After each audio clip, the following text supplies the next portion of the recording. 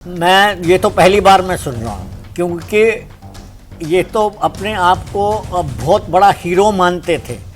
क्योंकि अगर आपने अपने आप को हीरो बनाना है पाकिस्तान की नज़रों में और कश्मीर में जो रेडिकल एलिमेंट्स हैं उनके नज़रों में और दुनिया भर में जो इस्लामिक रेडिकल्स हैं, अगर आपने अपने आप को हीरो बनाना है तो आप एकदम से ओनरशिप लेते हैं किसी भी टेररिस्ट इंसिडेंट का। और मुझे तो अभी तक 35 साल हुए हैं वहाँ पर इंसर्जेंसी चलते हुए, मैंने अभी तक ये नहीं सुना है कि किसी ने ये क्लेम वापस ले लिया हो और ये बात करी हो कि ये हमने कोई हैक किया है, हमारा कोई बड़ी ऑर्गेनाइजेशन है। बिल्कुल क्लियरली ये एस्टैब्लिश करता है कि इस बार उनको पता चला है भारत हेविली उनके ऊपर आएगा और ये बचने की कोशिश कर रहे हैं। नहीं तो ऐसा अभी तक कभी भी नहीं हुआ। 3 दिन बाद एक और बात मैं कहना चाहता हूँ, एक और इशू में बात है। जहाँ तक कश्मीरी अवाम जो कॉमन आदमी है कश्मीर में, उनमें ज़बरदस्त गुस्सा है, इस बात से ज़बरदस्त गुस्सा है। और वो ये ऐसे संगठन पहले 10 साल पहले 15 साल पहले या बुरहान वानी के मरने तक भी ये पॉपुलर बन जाते थे ऐसी स्टेटमेंट देकर, लेकिन अब ये बात नहीं है।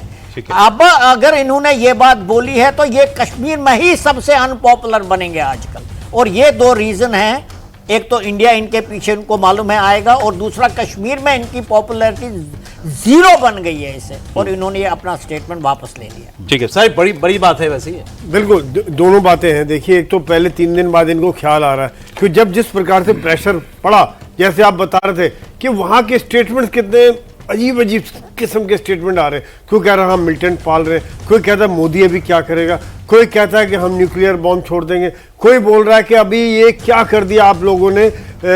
जो वहाँ के पत्रकार, जो वहाँ के इंटेलेक्चुअल्स हैं, वो अपने चीफ को और इनको गाली दे रहे हो। सबसे बड़ा जो तमाचा, जैसे कर्नल टिक्कू बता रहे थे कि कश्मीर की आवाम जो इनको दे रही है, जो सोच रहे थे कि आज तक देखिए पहले जब कोई मिलिटेंट मरता था हजारों लोग खड़े हो जाते थे वहाँ पर और जनाजे में उनके लगते थे। अभी उल्टा हो रहा है, अभी लोग निकल रहे हैं बाहर इनके विरोध में कि आज आपने हमारी रोजी रोटी पर लात मारी, आज हमारी ईमानदारी पर लात मारी, आज जो हम आज अपनी इज्जत की जिंदगी जी रहे थे उसके ऊपर आपने लात मारी। अच्छा, ये तो चलिए, ये आतंकवादी जो भी ये टीआरएफ है कि नहीं है, जिसके भी कहने पर पहले इन्होंने इसका ये जिम्मा लिया और बाद में अब बैक ट्रैक कर रहे हैं किसी भी डर में। वहां का रक्षा मंत्री ने जो किया, टीवी चैनल पर जाकर, विदेश के टीवी चैनल पर कहा कि हाँ हम अपने यहाँ आतंकवादियों को पालते हैं, आतंकवादी पालते पोसते हैं।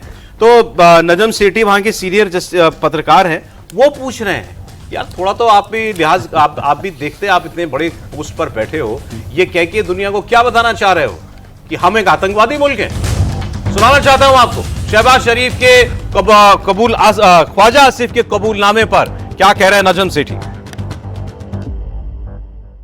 नजम सेठी साहब बोले नहीं, इसकी असल वजह मैं आपको बता देता हूं। ये पाकिस्तान के लीडर है ही नहीं, ये सब डीलर हैं। ये सब खानदानों में, बड़े बड़े खानदानों में पैदा हुए, जमींदारी परिवारों में पैदा हुए लोग हैं। इनको लीडरशिप करना क्या होता है ये इनको मालूम ही नहीं है। एक फैक्ट्रियां चलाओ, कहीं चावल की मिल चलाओ, ये इनके असली काम है। इनको जिम्मा मिल गया एक पूरा देश चलाने का, तो यही अंजाम होता है और आगे और बुरा होगा। श्याम कुमार जी, देखिए, हम ऐसे लोगों को धीरे धीरे तैयार कर रहे हैं पाकिस्तान में जो हमारी तरफ से बोले, तो मुझे बहुत खुशी होती है जब सुनता हूं कि मेरे 5 साल की, हमारे देश की 5 साल की मेहनत काम आ रही है। वो जो कह रहे हैं कि हमारे एनएसए, हमारे प्रधानमंत्री ने बहुत मेहनत की है, यही तो मेहनत की है हमने धीरे धीरे संभाला अपने आप को और अपनी अमन चैन को दिखाया है। कई बार लोग पूछते थे जब इलेक्शन हुआ था कि पीओके कब ले लेंगे, मेरे मित्र पूछते थे, मैं हमेशा कहता था थोड़ी पेशेंस रखो, माहौल नहीं है, ग्रेजुअल स्टेप अप किया जा रहा है। ग्रेजुअल स्टेप अप के साथ हम समय का इंतजार कर रहे हैं और हम करते रहेंगे, जब जरूरत पड़ेगी हम कर देंगे उसको। तो ये जो लोग हमारी तरफ से जो इनके जनरल बोल रहे हैं, इनके जो रक्षा मंत्री बोल रहे हैं, अब वो खौफ में बोल रहे हैं, हमारी साइड ही अंदर से हमारी तरफ से बात कर रहे हैं, हमें अच्छा लग रहा है और उनको करेक्ट कर रहे हैं हमारे पत्रकार, हमारे जो पाकिस्तान के जो सीनियर लोग हैं, वो उनको समझा भी रहे हैं कि क्या बोलना चाहिए था।